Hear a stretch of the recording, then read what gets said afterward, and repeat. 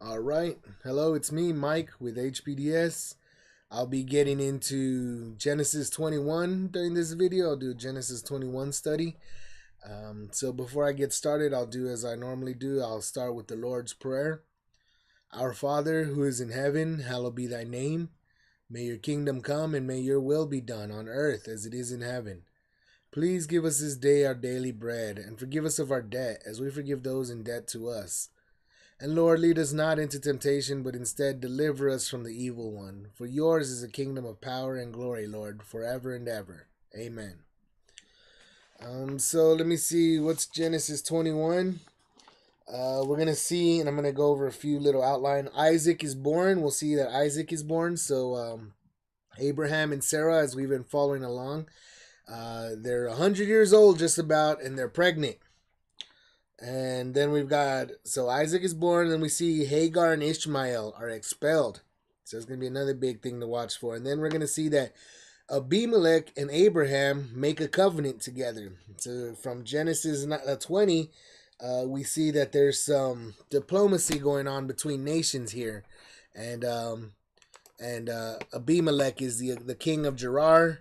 And we're going to see that he's clearly working with Abraham, and he's found himself favorable, or he's found Abraham favorable after this whole incident where he took off with his wife, but God reprimanded Abimelech. So let me go ahead and get to reading Genesis 21. Here it is. And the Lord visited Sarah as he had said, and the Lord did unto Sarah as he had spoken. For Sarah conceived and bare Abraham a son in his old age at the set time of which God had spoken to him. And Abraham called the name of his son that was born unto him, whom Sarah bare to him, Isaac. And Abraham circumcised his son Isaac, being 8 days old, as God had commanded him. And Abraham was 100 years old when his son Isaac was born unto him. And Sarah said, God hath made me to laugh, so that all that hear will laugh with me. And she said, who would have said unto Abraham that Sarah should have given children suck? For I have borne him a son in his old age. As the child grew and was weaned, and Abraham made a great feast the same day that Isaac was weaned. And Sarah saw the son of Hagar the Egyptian, which she had borne unto Abraham, mocking. Wherefore she said to Abraham, cast out this bondwoman and her son, for the son of this bondwoman shall not be heir with my son, even with Isaac. And the thing was very grievous in Abraham's sight because of his son.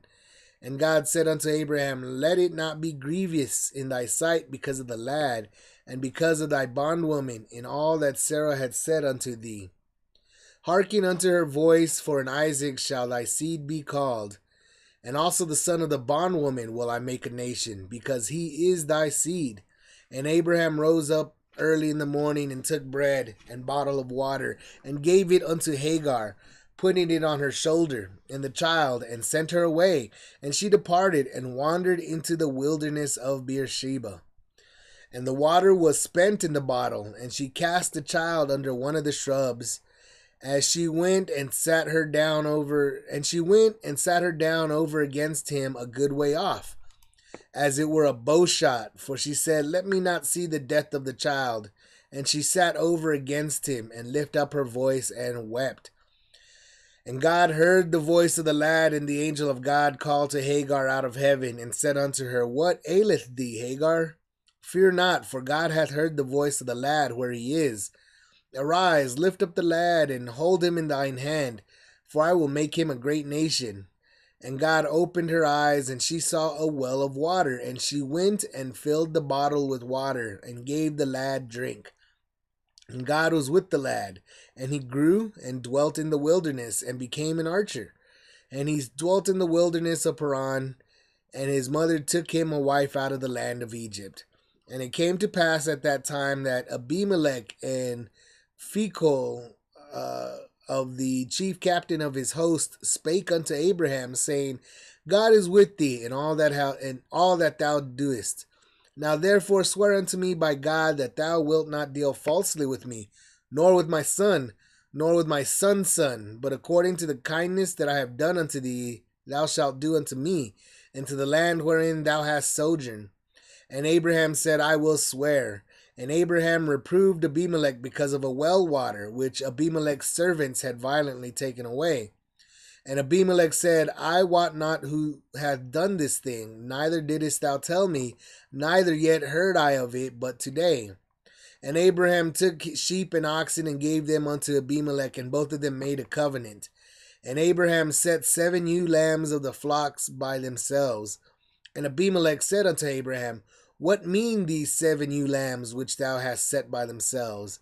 And he said, For these 7 ewe lambs shalt thou take of my hand, that they may be a witness unto me that I have digged this well. Wherefore he called that place Beersheba, because they swear both of them. Thus they made a covenant at Beersheba. Then Abimelech rose up, and Phicol the chief captain of his hosts, and they returned into the land of the Philistines. And Abraham planted a grove in Beersheba, and called there on the name of the Lord, the everlasting God.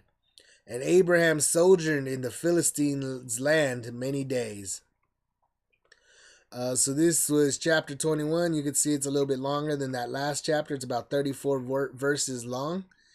And we see some things going on here. So let me go ahead and get back to my face here. So like I said, basically what's going on here is that we see Isaac is born early on, and Isaac is going to be circumcised at 8 days old, just as Abraham had promised to God. That's what's going on here. Everybody's just as surprised as they are, but it came to be. And then we see Hagar and Ishmael being expelled.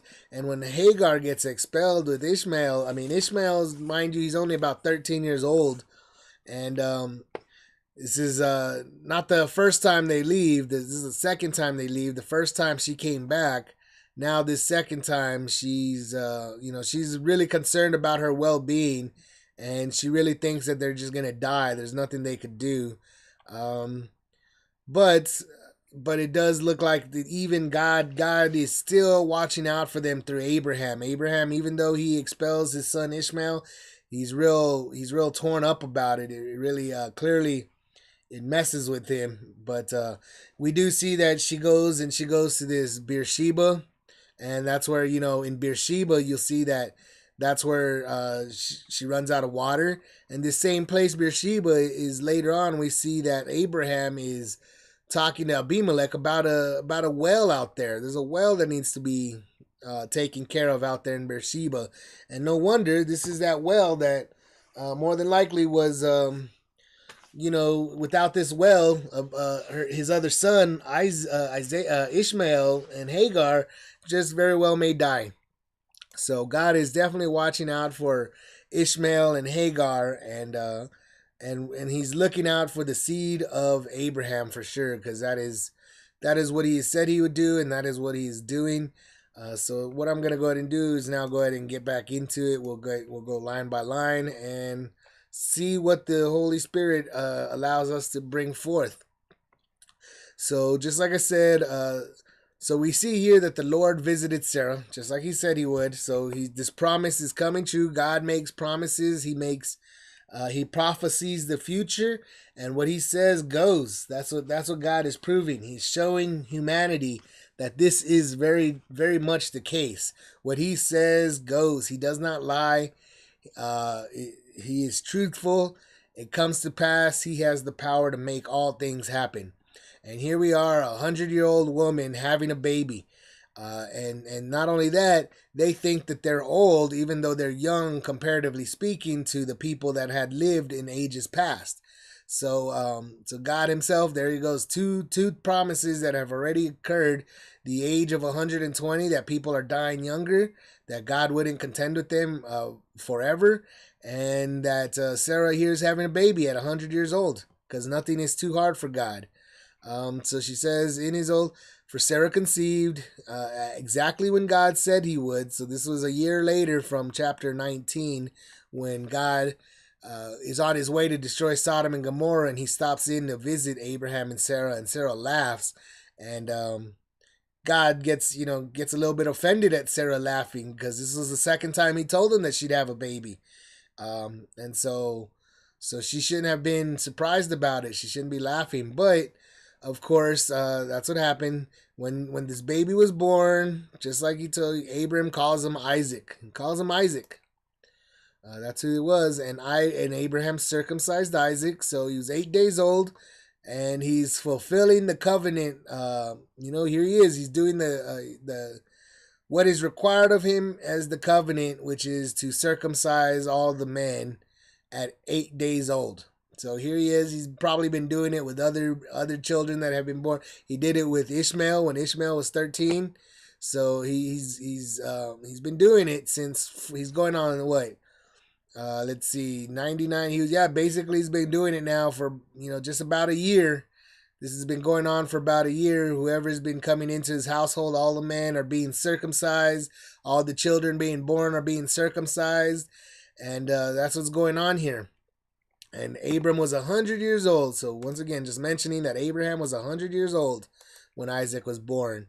And Sarah said, God hath made me to laugh, so all that here will laugh with me. So it's really like a funny thing, and that's what Sarah is saying. So she did laugh. So here she is actually admitting finally that, you know what, I did laugh. God had told, remember when in chapter 19, when she laughed, God said, why did Sarah laugh? And Sarah lies and says, I didn't laugh. And God says, but you did laugh. And so here she is rejoicing over the fact that she had a baby when she was 100 years old, when they thought apparently this was impossible. This was already at a time where they thought, well, we're so old, this isn't even possible. And it was funny. It was funny to her. She realizes and she accepts what it is. And so right here she says, who would have said unto Abraham that Sarah should have given children suck?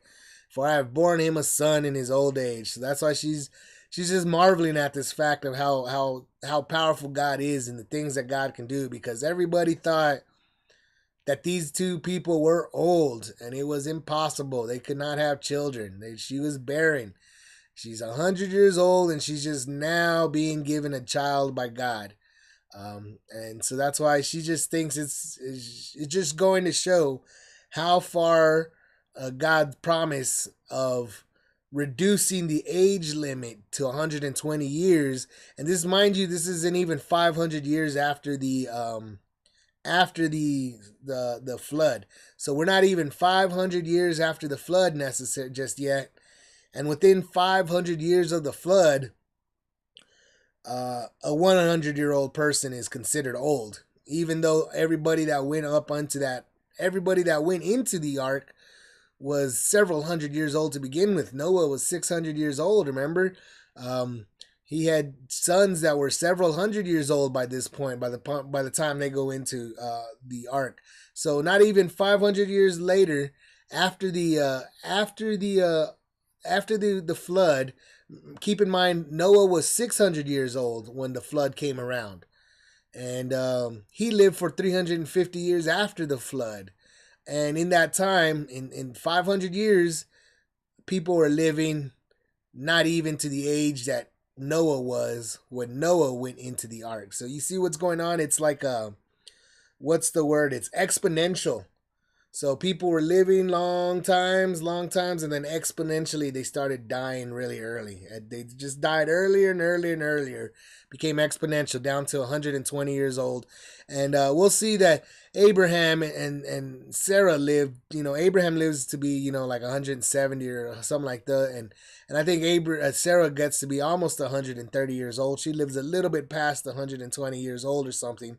But you could see that already God's promise I'm going to reduce your lifespans. That promise is coming into fruition. It is about there. We're almost there. This is about it. You see what I'm saying? So that's what this story is really about, showing that Abraham and Sarah were convinced that they were old people, even though they weren't. That was just God showing how he had reduced our timelines, reduced our ages. So look, that's why she's laughing. I mean, she thinks it's hilarious. Like, she just finds it unbelievable almost. It's unbelievable. That's how young these people were dying compared to compared to past generations. And let's see. And so the child grew and was weaned, and Abraham made a great feast the same day that Isaac was weaned. Now, I don't know how old children are when they get weaned. Probably like 3 or something years old, 3, 4. I don't think it's that old. Maybe a couple of years old. It's just a few years old. Um, but let's see. And when Sarah saw the son of Hagar the Egyptian, which she had born unto Abraham mocking, so she sees Hagar, and she sees Hagar's son Egyptian, the son of Hagar. This is Ishmael, right? So Ishmael apparently was mocking Sarah, because I guess even Ishmael, that was the the prophecy that we were told about Ishmael coming from, I want to say it was what, chapter 17 or so. That's when, what does God say about Ishmael? That he's gonna have his hand against everybody, and everybody's gonna have their hand against him, and he's gonna be like a wild animal, right? So yeah, let's see. It was, chapter 16 right here. And he will, chapter 16 verse 12 of Genesis 16:12 reads, and he will be a wild man, his hand will be against every man, and every man's hand against him, and he shall dwell in the presence of all his brethren. Well, you could see it happening already. This is yet another promise, another prophecy that is coming to be just like what God said it would. Ishmael's growing into a little wild man, and his hand will be against every man. He's already making fun of his own little brother over here. That's his little brother, and he's making fun of him. And so he's gonna have his hand against everybody, even his own little brother. He's got his hand against him, making fun of him. And every man is going to have their hand against him, and he's going to dwell amongst his brethren. And so you see that he's already dwelling amongst his brethren. Here he is dwelling with his little brother, who his little brother is actually the heir here. He's not the heir. And that's what goes on next. Like even Sarah is just, there's just a big mistake for Sarah. In Sarah's mind, she probably should have never done this. She should have never given Hagar over to Abraham. It clearly made her very jealous.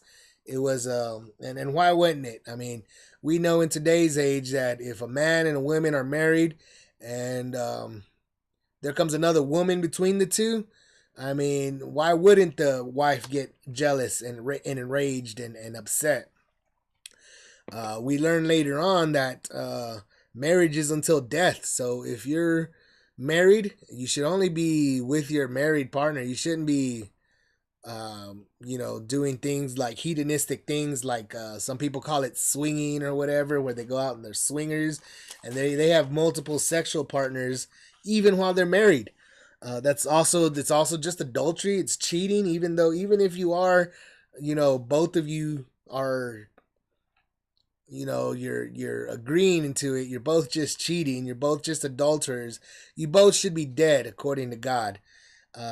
Marriage is until death, so the only way you should ever be able to, if you get married, the only time you should ever sleep with another woman or man as a married person is when your wife or your husband dies. Then you can take for yourself another wife or another husband. But until then, I mean, you guys are one person. You shouldn't be doing anything like that. So Sarah herself recognized that fact after this whole situation with Hagar. She wanted to be done with them. So that's why she says she sees little Ishmael making fun of her baby, and she gets really upset. She gets so upset that she says to Abraham, cast out this bondwoman and her son, because this son of this bondwoman, she will not be heir with me. He will not be on the level of Isaac. She's telling him, I'm not going to let it happen. She's saying, this little kid over here, he's nothing to me. This woman, she's just a servant. They're nothing. Get him out of here. So she's really upset about it. And you see that obviously this was very grievous in Abraham's sight because of his son. So Abraham, on the other hand, he's realizing the power of a child and the connection of a children and the father. So this really hurts him. He's really sad about the situation. He'd become probably a little bit fond of Ishmael, but legally he understood that, this is just a servant woman, and he's just a little, he's a bastard is what he kind of really is. Let's be honest. The word and term bastard would fit Ishmael. He was, born out of wedlock, basically. Even though it was from his wife, it's not legal. It's basically just like a swinging event. His wife was getting, um, how do I say this? Sarah was getting impatient, and she thought that she could be like the other people probably, and take a child from her own mother and adopt this boy as her own son. And that was not the case. She couldn't just do it. It just wasn't right. She didn't feel it. It wasn't, she didn't feel it. It just wasn't working out for them. It was something that she thought she could do, but clearly she couldn't do it. She just couldn't bear it. And so that's why God says, when Abraham is real upset about this too, he's real sad about it, because he knows there's nothing really he can do legally. Legally, she could get rid of him. Sarah could get rid of them. Sarah could get rid of Hagar. That was her servant. She could do whatever she wanted. She got rid of him. So God talks to Abraham, and he comforts him, and he says, "Let it not be grievous in thy sight because of the lad and because of thy bondwoman." So he said, don't worry about the situation. Do in all that Sarah hath said unto thee, hearken unto her voice, because that's what he's saying. He's like, listen to your wife. Be one with your wife. This is what she wants. Then do it. Don't worry, because Isaac is the seed I was telling you about. He was the one that I was telling you about. He is that seed. So God is really telling them, don't worry about your past faults, because this was clearly a mistake. Neither one of them should have done it. When Sarah gave Hagar to Abraham, Abraham should have said, no. God already told me that I'm going to have a child, and you're my wife. You're my wife. No one else is my wife. I don't need another wife. He should have been, once again, this is men coming into their own, because they're just little children, if you think about it. And we're still seeing the bad man that Adam was. So people, keep in mind, Adam and Eve were wicked. They were bad people. That's why they were sinful. They were sinners. So they were clearly bad people. And Adam, once again, remember what happened with Adam and Eve in the garden. When God confronted them, Adam just pointed his finger at Eve and said, she's the one that made me do it. It's her fault. And so here we have kind of Abraham doing the same thing, but this time he's taking more credit, because it wasn't just his fault, it wasn't just her fault, it was both of their fault for Hagar and Ishmael. It's just both Sarah and Abraham messed up. They shouldn't have done it, but God is telling them, don't worry about don't worry about your past mistakes. I'm watching out for you. God is telling them, I'm watching out for you. And you'll even see that clearly Abraham wasn't blaming Sarah like Adam blamed Eve. He's just really, he's torn up about it. It hurts him. But that's why God tells him, no, just go ahead and be one person. If that's what Sarah wants to do, then guess what? That's what you want to do. That's what you should do. And don't worry about him, because this is that one anyway. She recognizes that it was a mistake. That's what God is saying. Sarah recognizes she should have been more patient. She just needed to wait a little bit longer, and she would have never had this problem. She would have become pregnant, and none of this would have ever happened. And God tells them, and don't worry about the son of the bondwoman. Don't worry about Ishmael. I'm going to take care of him too, because he is your seed. Because of you, just like God is telling them, like, remember what happened to Lot? Lot was nobody special. Lot wasn't anybody particular. Lot wasn't Abraham. Lot was just living alongside the wicked people. And the only reason he was even saved was because of Abraham. If it wasn't for Abraham, Lot would have never been mentioned, probably. He would have never been anyone important. The only thing that was important about Lot was that he was Abraham's nephew, and they'd been traveling together. And that's what God is saying. Like, think about it. Think about Lot, and look how well I took care of Lot. Well, now this is your seed, so think of how well I'm going to take care of your seed, even if you aren't there. I, as God, will be taking care of him. That's what God is basically saying. Because he is thy seed. I'm going to make him a nation. And I told you you'd be father of many nations, didn't I? So that's why Abraham rose up early. He took bread and a bottle of water, and that's what he does. He gives them a little bit of preparation. Here's a little bit of supplies, and he just, get out of here. And so that's why she goes, and she wandered in the wilderness of Beersheba.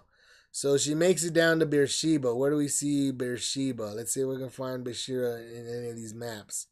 I know I got some maps here. One of them's got to show Beersheba. Here's Beersheba right here. So right here you can see it called, let's see, it's a little bit different. So it's a little bit lower than, so he is in that Kadesh. Remember, he was right here in Gerar. If we remember where he was at, he was in this Gerar place when he was hanging out with Abimelech. And you could see right here, Gaza. These are the Gaza Strip. These are Philistines right here along the Mediterranean Sea.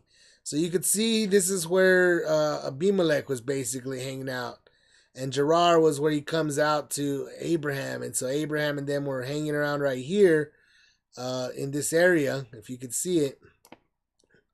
And Beersheba is where Hagar makes her way. So Hagar comes down from here, basically goes to this little spot, and that's where she's spending time. And when she's there, that's where she runs out of her materials. She runs out of water. She runs out of food, probably. She's downcast. She's sad. She doesn't know what she's going to do with her life. As far as she's concerned, she's dead.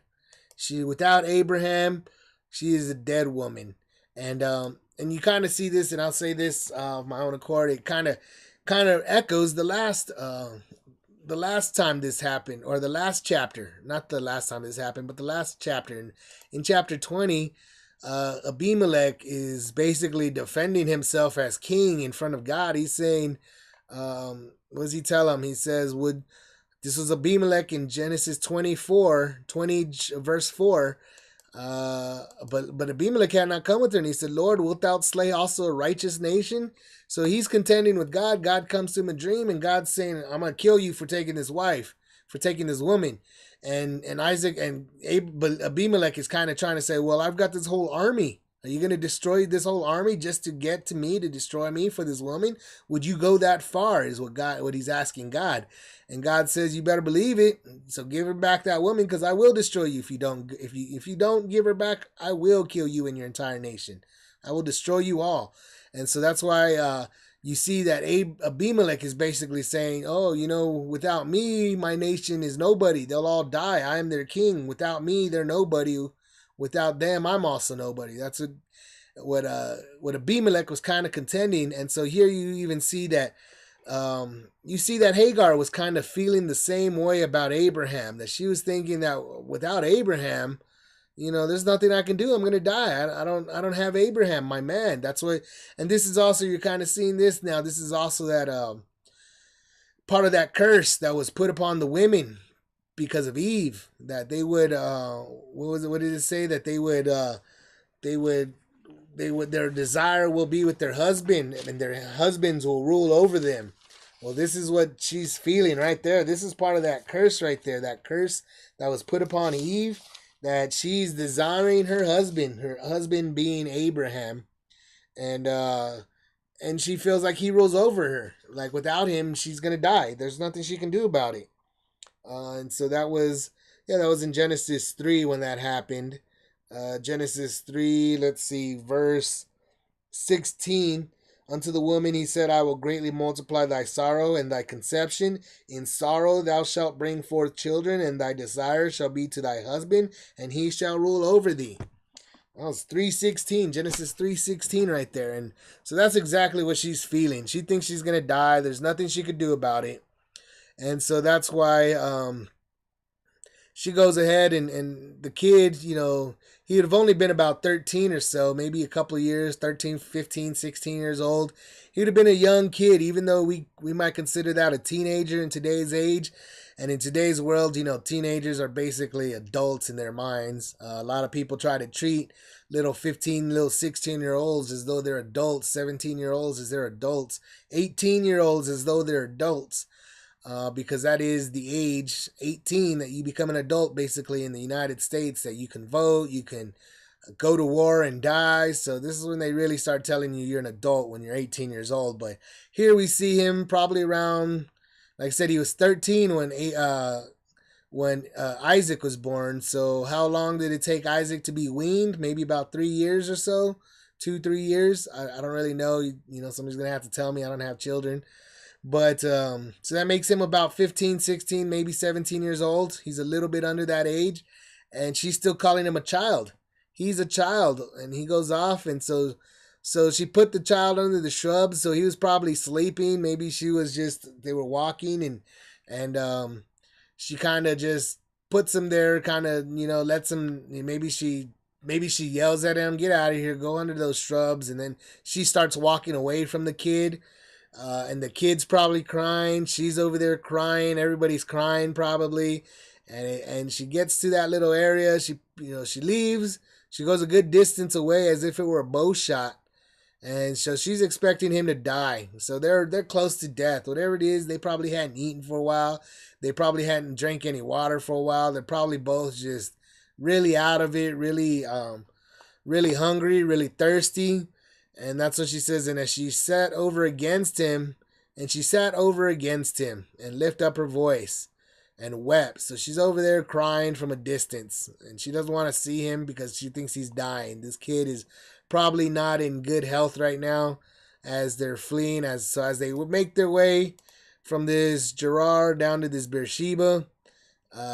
However long it took them was probably long enough to make them real hungry, real thirsty, and they ran out of supplies and all of that. But of course, God comes out to her, just like he did. And God heard the voice. So he heard the little kid, he heard the boy. And so the angel of God called to Hagar out of heaven. So this is coming straight out of heaven.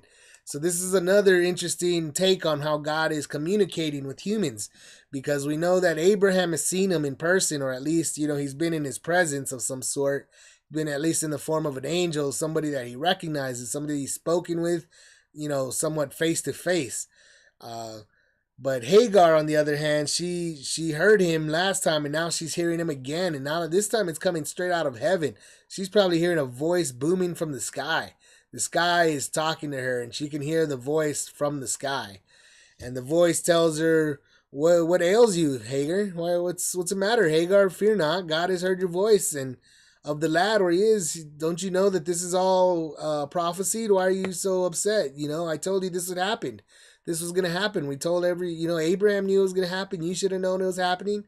This is what was going to happen. So arise, lift up the lad, and hold him in thy hand, for I will make him a great nation. So she goes back up there, and so she obviously, and here he says, God opened her eyes, and she saw a well of water, and she went and filled the bottle with water and gave the lad drink. So you see, she was right there, and it seems and it appears that a well just showed up out of nowhere. Maybe she didn't see it. Maybe it was right there. Maybe she was walking upon it closely, or maybe it was just around a tree or a corner, or maybe it was just, on the other side of a hill or something. But clearly, after this, she thinks she's basically dying. She thinks the boy's about to die. They don't have any water left. They probably don't have any food. They're probably not the greatest hunters between the two of them. So what, that's why she really thinks, we're just going to die out here, but God saves them. And so she sees the well. There's just a well, and it's right there in that Beersheba. But God was with the lad. So God was with the lad, and he grew, and he became an archer. So here we go again, where it says God was with the lad, and God had just sent his angel. His angel had just spoken to Hagar out of heaven. So that means that God was probably himself physically. Once again, just like with what we know about Melchizedek and Abraham and so forth, God was with the lad, and he grew. So she's growing up basically with a single mother. Hagar is a single mother basically, and they're living in the wilderness now. And when they thought that there was no way that they would be able to survive out in the wilderness on their own, God is showing up. So God is probably teaching Ishmael. He probably shows up every so often. Clearly makes things come out of nowhere. He made the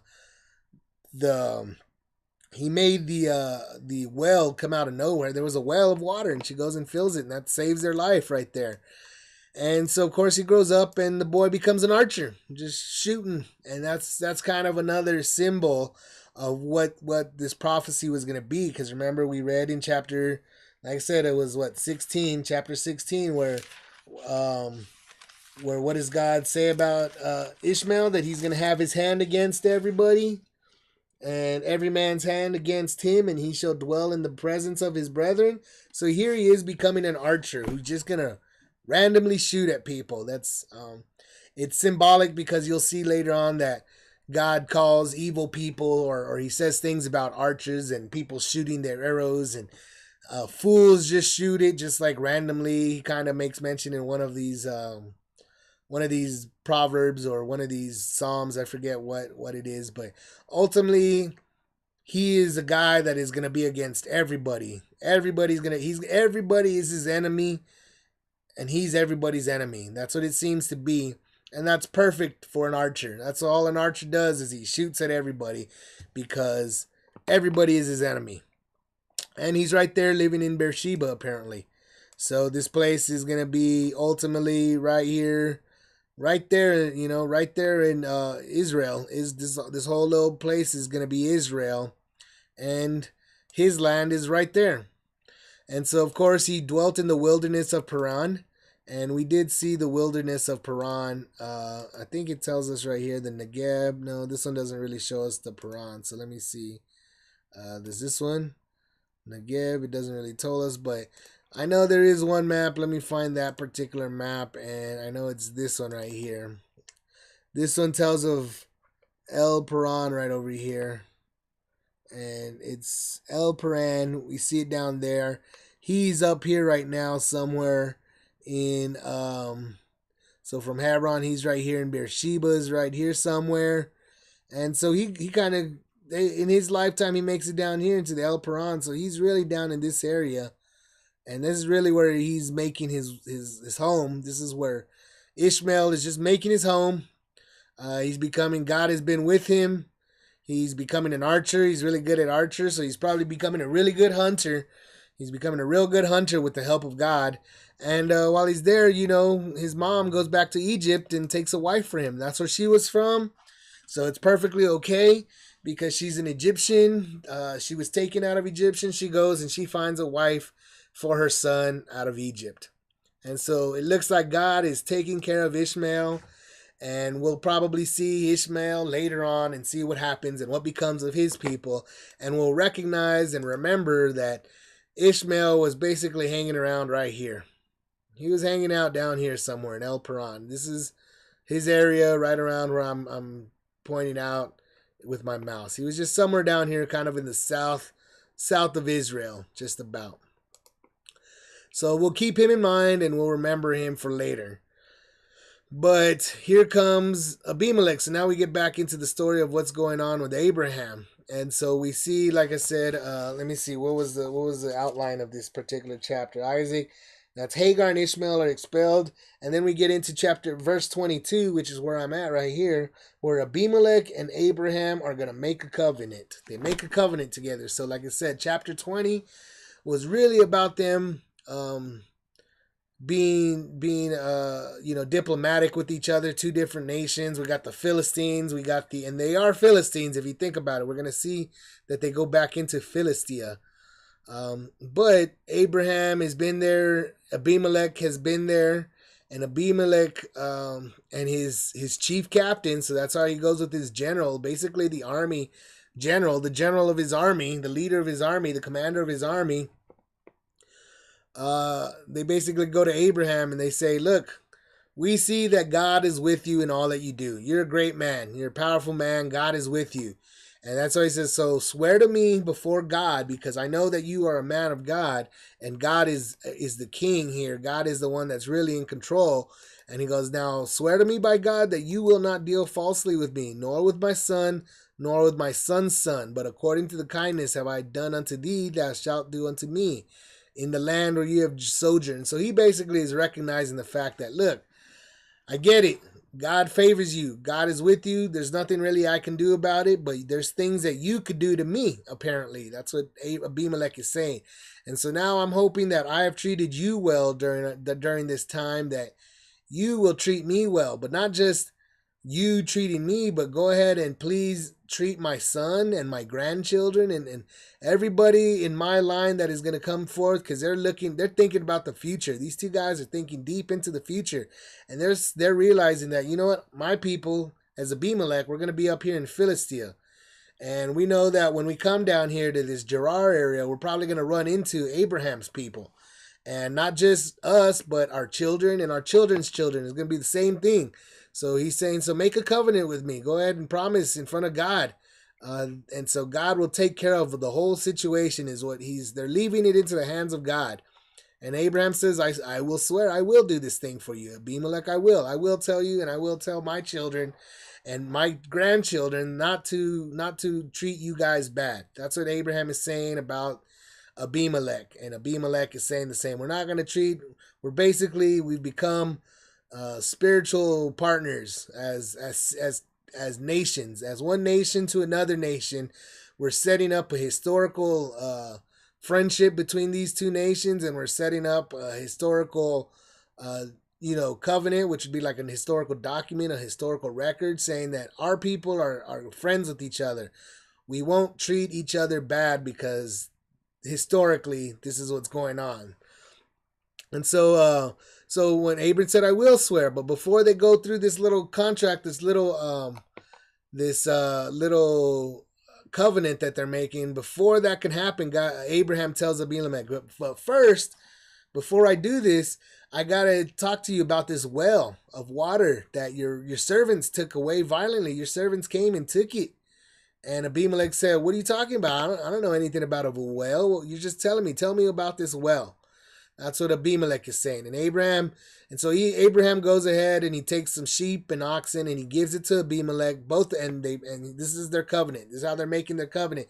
God says, all right. Abraham says, all right, look, take these sheep and take these oxen and take them. And he also take these 7 lambs of the flock by themselves, and he set them there. And so Abimelech is seeing all this going on. Like, what's going on here? You're getting some sheep, getting some oxen, you're getting some lambs. And why did you put the 7 lambs by themselves? You got the sheep and oxen together, but you got these lambs over here by themselves. And Abraham is saying, well, these 7 lambs, you go ahead and take them from my hand. So the 7 lambs are as a witness that I paid you. And I paid you as a witness that I dug this well. So now you got these lambs as proof. Basically, it's like giving him like a piece of paper, like a receipt saying these lambs. And so every time Abimelech brings it up, he could say, oh yeah, I know that Abraham dug that well. And I know because I remember he gave me those lambs. And that's why it was called wherefore he called that place Beersheba, because they swore, both of them. And thus they made a covenant at Beersheba. Then Abimelech rose up and Phicol, the chief captain of his host, and they returned to the land of the Philistines. And Abraham planted a grove in Beersheba, and there in the name of the Lord, the everlasting God, and called there on the. So this time he doesn't really make an altar; he plants an entire grove out there. And then you see, and Abraham sojourned in the Philistines' land many days. So it's calling Abimelech is a Philistine. And we're going to see that that's important too, because the Philistines will be, later on, we're going to see them. That's why we see right here, plain of Philistines. And this is close to that Gerar. So this is where Abimelech would have been, up in this Philistine area. And Beersheba is where they went down. And this is where there was that whole incident there's an incident with Hagar, and thinking that she was going to die, and then automatically, magically, as if it was never there before, she looks up and there's a well, right? Now, so there's a well there. So now we're seeing something incredible here going on too, because later on in this same chapter, we're seeing what's going on is that Abimelech and Abraham talk about that same well. There's a well out there in Beersheba, and your people took it from me by force. Oh, and Abimelech's, I didn't know about it. So clearly they remedy the situation, and they remedy the situation in the form of these lambs. And God and Abimelech says, oh yeah, there you are. I see it that you dug this well, and there's that well. It's there all of a sudden. So just all of a sudden we're seeing that this well just appeared to Hagar. I mean, it wasn't there. Now it is there. And then at the same time, we also see, well, what do you mean? How did they live out there in the wilderness? Well, guess what? Abraham even planted a grove out there in Beersheba. So not only did he plant a well, he looks like he planted a big grove And guess who's gonna probably survive off of that grove and eat from that grove in the future? I mean, probably more than likely it's gonna be Ishmael and his mother Hagar, living out in that land. So God is watching out for them, and we're also seeing some sort of um, other means of something that it can't necessarily be explained so easily, because we're seeing Abraham is talking about this well, and this well just shows up there for Hagar. And so it's like Hagar doesn't even necessarily know that Abraham was, even though Abraham had just sent them away, Abraham was still looking out for the interests of Hagar and Ishmael. Still looking out for the guys, looking out for his son, looking out for Hagar, his mother, his son's mother. And that is what's going on here. So this is more diplomacy between the two nations, and we're seeing, like I said, these are Philistines, and we're going to know them to be Philistines in the future. But they're the forefathers of Abimelech and Abraham are actually making a covenant, and they says they weren't going to deal harshly with each other. They were going to be friends, is what Genesis 21. We're going to be friends, and so forth. And here's the nation of Ishmael and his people. They're being looked out for. They're being watered. They're being they're being given food in the form of a grove that Abraham himself. So Abraham dug the well. Abraham planted the grove. He's all doing it all there for the sake of Ishmael, for the sake of Hagar. And that's what's going on here. And Isaac on top of that. Remember, this was also the birth of Isaac. And Sarah gets a little upset. She gets a little, how do I say this? She gets a little, self-centered about the whole situation. But it was exactly like God had told him. Don't worry about it. This is how I'm in charge. This is how I've allowed it to be. And that's what they're putting that into God's hands, and that's really what's going on here. So, but that is Genesis 21. I'm going to end the video here after talking over all of that. And I'll move into Genesis 22 in my next video. So anyone who may be watching, I'll go ahead and just make mention again. Please like and subscribe. And anyone who's listening, God bless you, and I pray that we all bless Jesus Christ, and may Jesus Christ bless all of us. Amen.